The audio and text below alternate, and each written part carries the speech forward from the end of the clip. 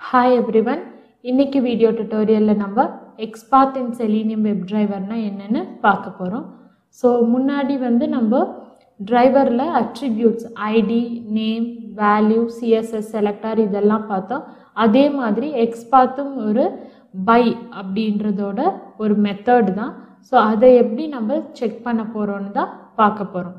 So XPath அப்படின்றது என்னன்னா ஒரு வெப் எலிமெண்ட் வெப் பேஜ்ல எங்க இருக்குதோ அதோட எக்ஸாக்ட் பாத்தை காமிக்கிறது. பாத்னா இடம், எந்த இடத்துல அது இருக்கோ அந்த இடத்தோட பாத்தை காமிக்கிறது தான் XPathன்னு சொல்லுவோம்.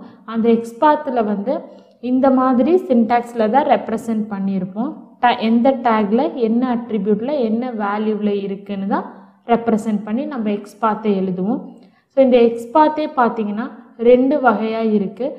அந்த ரெண்டு வகை யூஸ் பண்ணி நம்ம கண்டுபிடிக்கலாம் ஒரு எலிமெண்ட்டை.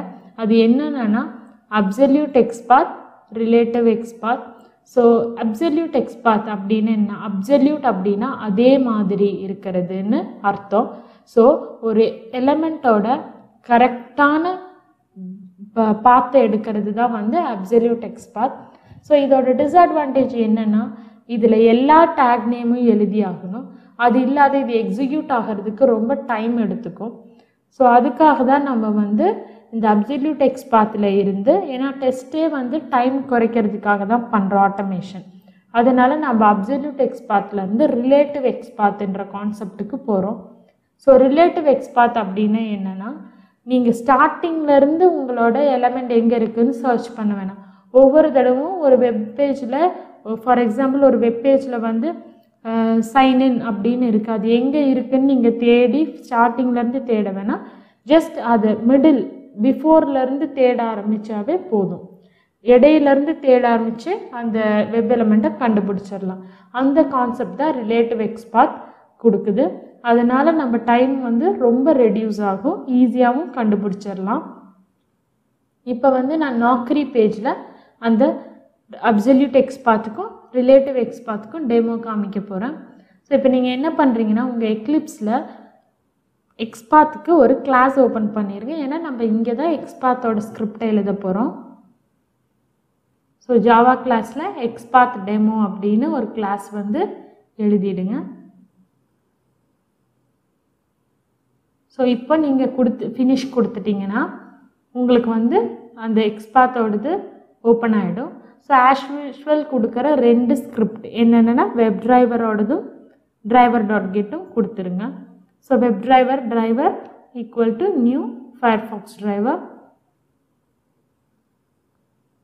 இப்போது இம்போர்ட் பண்ணிக்கோங்க. இங்கே ஒவ்வொரு தடவையும் இதே நீங்களே டைப் பண்ணி டெஸ்ட் பண்ணால் மட்டும்தான் உங்களுக்கு டெஸ்டிங் ஈஸியாக இருக்கும். செலீனியமில் காப்பி பேஸ்ட் பண்ணிங்கன்னா உங்களால் மெத்தட்ஸு இல்லைன்னா பேக்கேஜஸ்லாம் ஞாபகம் வச்சுக்க முடியாது. அதனால் எப்போவுமே நீங்கள் ஸ்டார்டிங்லேருந்து தான் செய்யணும். அப்போ தான் உங்கள் டெஸ்ட்டுக்கு உங்களோட ஒரு ஃப்ளோ ஆஃப் டெஸ்டிங் உங்களால் ஈஸியாக பண்ண முடியும். இப்போது எப்படி ஒரு அப்சல்யூட் XPathை எழுதுறதுன்னு நான் இப்போ உங்களுக்கு காமிக்க போகிறேன். அப்சல்யூட் XPathனா என்னென்னா அதே மாதிரியே இருக்கிற ஒரு பாத். ஸோ வெப் எலிமெண்ட்டில் டெவலப்பர் எப்படி எழுதியிருக்காங்களோ அதே மாதிரி நம்ம அந்த பாத்தை எழுத போகிறோம். அதுக்காக நம்மளுக்கு ரொம்ப டெவலப்மெண்ட் நாலேஜ்லாம் தேவைன்றது இல்லை. எதோட டீட்டெயில் வேணுமோ அதை வச்சு ரைட் கிளிக் பண்ணுங்கள். இன்ஸ்பெக்ட் கொடுத்தீங்கன்னா அந்த எலிமெண்ட் எங்கே இருக்கோ அதை போயிட்டு அது வியூ ஆகும். இங்கே பார்த்தீங்கன்னா நான் செலக்ட் பண்ண எலிமெண்ட் ஹெடர் அப்படின்ற டேக்கில் இருக்குது. ஸோ இதுக்கு ஐடி இல்லை, நேம் இல்லை, எந்த அட்ரிபியூட்ஸுமே இல்லை. ஸோ இதை சூஸ் பண்ணணுன்னா என்ன பண்ணணுன்னா நீங்கள் ஜஸ்ட் உங்களோட இந்த டீபக்கரை மேக்ஸிமைஸ் பண்ணிக்கோங்க.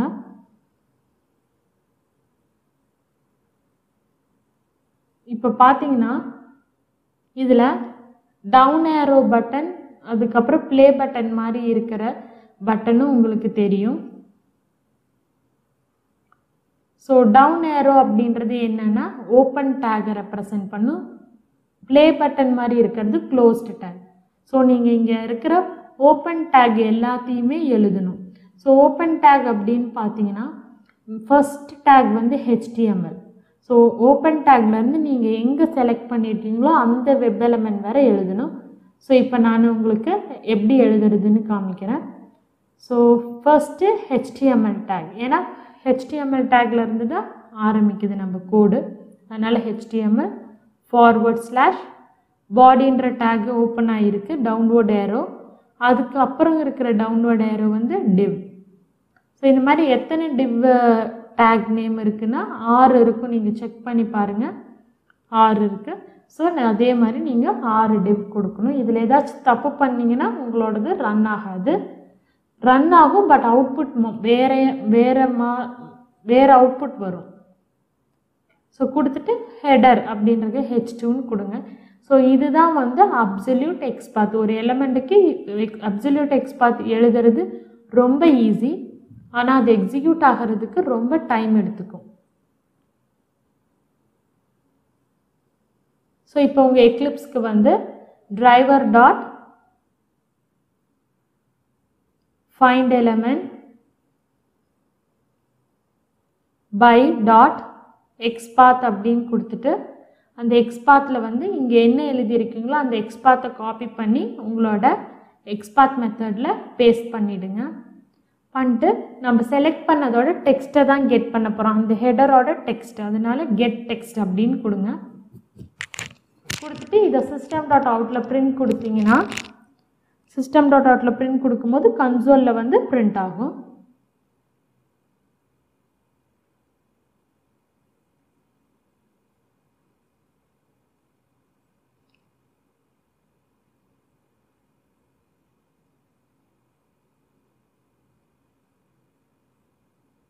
இப்போ உங்கள் டெஸ்ட்டை ரன் பண்ணுங்கள்.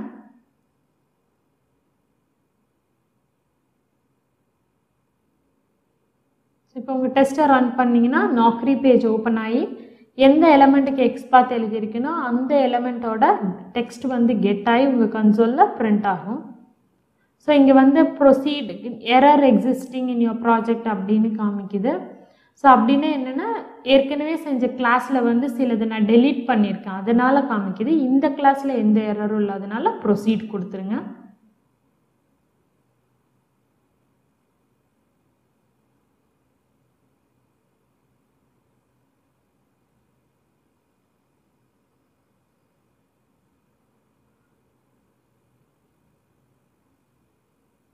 இங்கே பார்த்தீங்கன்னா உங்களுக்கு ஃப்ராட் அலர்ட் அப்படின்றதெல்லாம் ஓப்பன் ஆகுது மோசிலாவில். ஏன்னா நம்ம ஆட்டோமேஷன் டூல் மூலமாக ஓப்பன் பண்ணுறனால naukri.comல வந்து கொஞ்சம் அலர்ட்ஸ் வரும். ஸோ மோஸ்ட்லி நீங்கள் வேறு ஏதாச்சும் வெப்சைட்ஸ் கூட யூஸ் பண்ணிக்கலாம். இந்த மாதிரி ஃபேஸ்புக், கூகுள் இந்த மாதிரி இதிலெல்லாம் நீங்கள் யூஸ் பண்ணிங்கன்னா மோஸ்ட்லி இந்த அலர்ட்ஸ் வர சான்சஸ் இருக்குது. இப்போ பார்த்தீங்கன்னா நான் கொடுத்த எக்ஸ்பாத்துக்கு வந்து டாப் எம்ப்ளாயர் அப்படின்றது கிளிக் ஆகிடுச்சு. ஸோ நவ் இது வந்து கெட் டெக்ஸ்ட் இது வந்துருக்கு.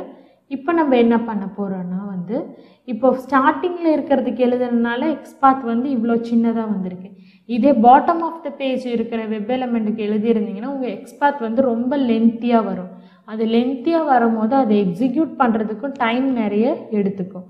ஸோ அதனால தான் நம்ம அப்சல்யூட் எக்ஸ்பாத் வந்து ஃபெயில் ஆகிடுச்சு. அதுக்கு பதிலாக தான் நம்ம ரிலேட்டிவ் எக்ஸ்பாத்துக்கு போகணும். ஸோ இப்போ ரிலேட்டிவ் எக்ஸ்பாத் எப்படி எழுதுறதுன்னு பார்க்கலாம். ஸோ உங்கள் ரிலேட்டிவ் எக்ஸ்பாத்துக்கு வந்து எப்படி ஒர்க் ஆகும்னா அதுக்குன்னு சில சின்டாக்ஸ் இருக்குது. அந்த சின்டாக்ஸ்க்கு ஏற்ற மாதிரி தான் உங்கள் ரிலேட்டிவ் எக்ஸ்பாத் வந்து ஒர்க் ஆகும்.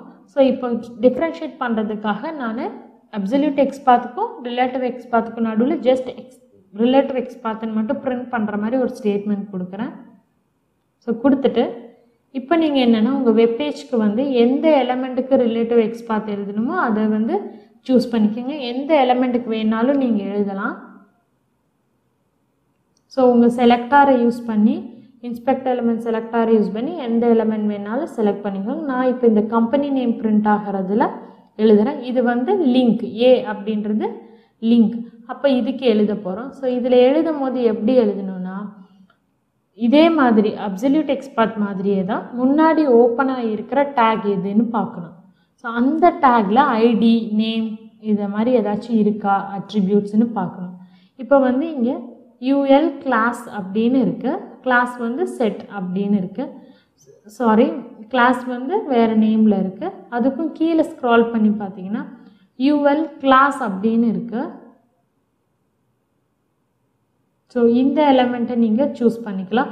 பட் நம்ம ஓப்பன் ஆகிக்கிறதுக்கு முன்னாடி இருக்கிற ஃபர்ஸ்ட் ஓப்பன் டேக் இதான்னு பார்க்கணும். ஸோ இதுக்கும் கீழே பார்த்தீங்கன்னா ஆல்ரெடி இன்னொரு டேக் ஓப்பன் ஆகிருக்கு. அது வந்து UL கிளாஸ் செட் அப்படின்னு இருக்குது பாருங்கள்.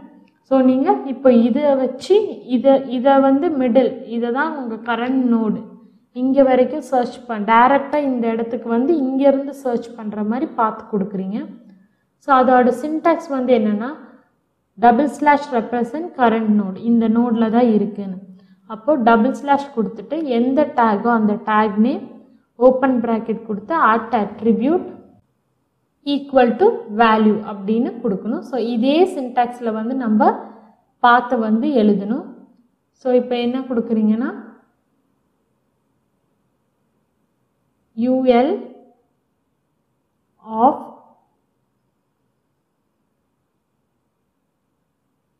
ஸோ எந்த சின்டாக்ஸோ இந்த சின்டாக்ஸ்க்கு ஏற்ற மாதிரி தான் கொடுக்குறோம். So tag name UL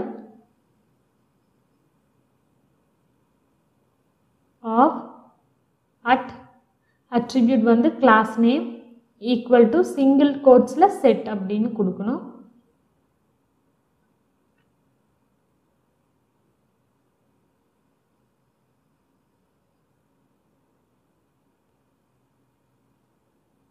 close பண்ணிவிடுங்க. ஸோ பண்ணிட்டு இது மட்டும் எழுதினா போதாது. இதுக்கப்புறம் வந்து எந்த ஐடி நேம் அட்ரிபியூட்ஸும் இல்லாமல் ஓப்பன் ஆகியிருக்கிற டேக் நேம் மட்டும் // போட்டு எழுதுங்க. ஸோ இப்போ இந்த எக்ஸ்பாத்தை காப்பி பண்ணி உங்கள் எக்லிப்ஸில் டிரைவ் ஃபைண்ட் எலமெண்ட்டில் பேஸ்ட் பண்ணிடுங்க. ஸோ இப்போ வந்து driver dot find element by dot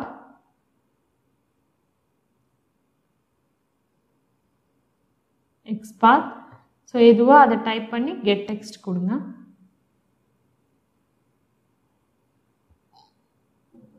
so get text கொடுத்ததுக்கப்புறம் இப்போ உங்களோட ஸ்கிரிப்டை எக்ஸிக்யூட் பண்ணுங்கள். ஸோ உங்களுக்கு என்ன டெக்ஸ்ட் கெட் ஆகிருக்கோ அது கன்சோலில் பிரிண்ட் ஆகிறதுக்காக சிஸ்டம் அவுட் கொடுத்துறோம்.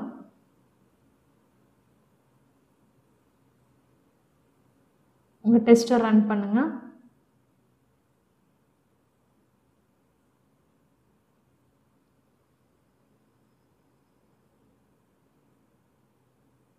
இப்போ பார்த்தீங்கன்னா உங்களுக்கு என்ன அவுட்புட் வருதுன்னு பார்க்கலாம். ஏன்னா நம்ம கரெக்டாக எக்ஸ்பாத் எழுதியிருந்தால் கரெக்டான அவுட்புட் வரும். ஸோ இதில் ஏதாச்சும் இஷ்யூஸ் இருந்துச்சுன்னா உங்களுக்கு எரர் த்ரோ பண்ணும்.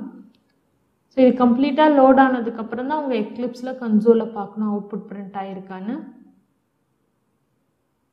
ஸோ இங்கே பார்த்தீங்கன்னா unable to locate element xpath அப்படின்னு வந்திருக்கு. ஏன்னா no such element அப்படின்ற ஒரு எக்ஸப்ஷனும் வந்திருக்கு. அப்படின்னா அந்த மாதிரி ஒரு எலமெண்ட்டே இல்லை நீங்கள் கொடுத்த பாத்துலன்னு மீனிங். ஸோ ஏன் அப்படின்னு நம்ம போய் செக் பண்ணணும். செலினியமை பொறுத்த வரைக்கும் எல்லா எரருமே வந்து கிளியராக காமிக்கும். அந்த எரரை படித்தாவே உங்களுக்கு என்ன இஷ்யூஸ் உங்கள் டெஸ்ட்லன்றதை கண்டுபிடிச்சிடலாம். இப்போ UL அப்படின்றதுல கிளாஸ் நேம் தான் இருந்துச்சு. பட் நம்ம எக்ஸ்பாத்தை பொறுத்த வரைக்கும் ஐடி இருக்கிற ஒரு ஓப்பன் டேக் தான் முன்னாடி எடுக்கணும். ஸோ இங்கே UL 2 இருக்குது, அதில் வந்து ஐடி இல்லை, கிளாஸ் நேம் தான் இருக்குது. பட் பிஃபோர் ஓப்பன் ஆகியிருக்கிற டேக் வித் ஐடி எதுன்னா DIV தான். அதனால நம்ம DIV அந்த ஐடியோட நேமை எடுத்துக்கிறோம். ஸோ எடுத்துகிட்டு அதுக்கப்புறம் வர பாத்தை கொடுக்குறோம். இதுலேயே வந்து பாத்தை கொடுத்துட்டு நம்ம இதை ரன் பண்ணோன்னா நம்மளுக்கு கரெக்டான அவுட்புட் வந்துருச்சு. இந்த இடத்துல பார்த்தீங்கன்னா நான் எக்ஸ்பாத்தில் ஐடி அதோட value UL of 1 LI of 18ன்னு கொடுத்துருக்கேன். அப்படின்னா என்னென்னா அந்த டேக் நேம்லேயே எத்தனாவது டேக் ஓப்பன் ஆகிருக்கு. ஸோ பார்த்தீங்கன்னா ULல வந்து ஃபஸ்ட்டு ஓப்பன் ஆகிருக்கு, இதே LIயில் வந்து 18ஓடது தான் ஓப்பன் ஆகிருக்கு. அப்போ நீங்கள் கவுண்ட் பண்ணி பார்த்தீங்கன்னா கரெக்டாக இருக்கும். ஸோ அந்த நம்பர்ஸை வந்து ப்ராக்கெட்டில் கொடுத்தா தான் உங்களுக்கு கன்ஃபியூஷன் இல்லாத உங்கள் எக்ஸ்பாத் வந்து அடுத்தடுத்து வரும். அதுக்கப்புறம் இருக்கிற லிங்க் டெக்ஸ்டோட ஏ கொடுத்தீங்கன்னா இந்த மாதிரி அவுட்புட் உங்களுக்கு வந்துடும். ஸோ இந்த மாதிரி தான் உங்களோட எக்ஸ்பாத்தை எந்த வெப் எலமெண்ட்டுக்கு வேணாலும் நீங்கள் உங்களோட டெஸ்ட்டில் எழுதிக்கலாம். ஸோ நெக்ஸ்ட் செஷனில் நம்ம வந்து அலர்ட்ஸ் எப்படி ஹேண்டில் பண்ணுறதுன்னு பார்க்கலாம். தேங்க்யூ.